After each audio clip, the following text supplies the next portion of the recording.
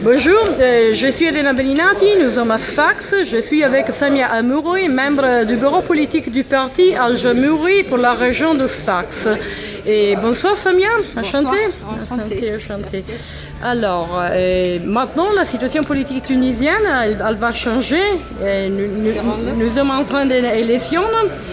Et tu as un rôle politique très important pour la région.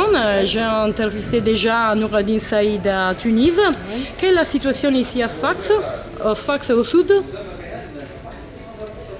Alors, la situation, elle n'est pas encore visible et claire. Il y a, comme vous le savez, le terrain politique il est toujours glissant. Il y a toujours de nouveaux données qui entrent en jeu. Il y a le mosaïque politique, il est encore pas trop clair. Vu qu'il y a des coalitions entre les partis qui sont en cours, il y a des partis qui sont en train de disparaître, d'autres qui sont en train de naître, des listes des indépendants qui sont en train de se regrouper, de se trouver sur des listes comme des indépendants. C'est pour cela que la vision elle est encore un peu floue. Et voilà. D'ici là, on va voir comment ça va se passer. Maintenant, la position d'Al-Jamouri dans le mosaïque du parti, c'est quoi? Al-Jamouri, Al-Jamouri, depuis le début, il est un parti rassembleur. Il ne veut pas que le citoyen se trouve devant une situation un peu qui n'est pas claire. Il veut rassembler le maximum de partis qui ont les mêmes idées, les mêmes principes, pour que le citoyen ne se perd pas devant de nombreuses listes. Alors, ce sera pour jeudi, il y aura une coalition entre plusieurs partis et on va annoncer dans une conférence de presse qui se tiendra à Tunis le jeudi prochain. Le jeudi prochain pour annoncer cette coalition et pour rassembler les gens. Et Nida Tounes, il a vécu de différentes des problèmes, d'énormes problèmes. Je trouve maintenant il y a plusieurs Nida Tounes, il y a des branches de Nida Tounes. Et jusqu'à présent, la dernière nouvelle, c'est que les deux Nida Tounes, que ce soit ceux de Hammamet et de Sousse ou Monastir, ils ne sont pas légaux. Ils ne sont pas dans une situation légale, ce qui fait l'image de l'idée, elle n'est pas encore claire.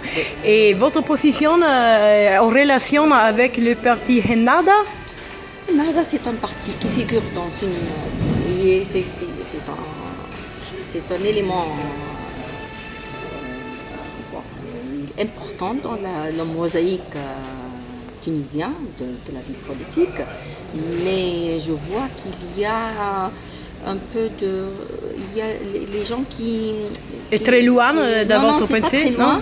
Mais il y a une orientation vers d'autres partis qui ne sont pas islamistes, qui portent les mêmes idées, le principe qu'on est dans un pays musulman, mais ils ne veulent pas, ils n'adhèrent pas,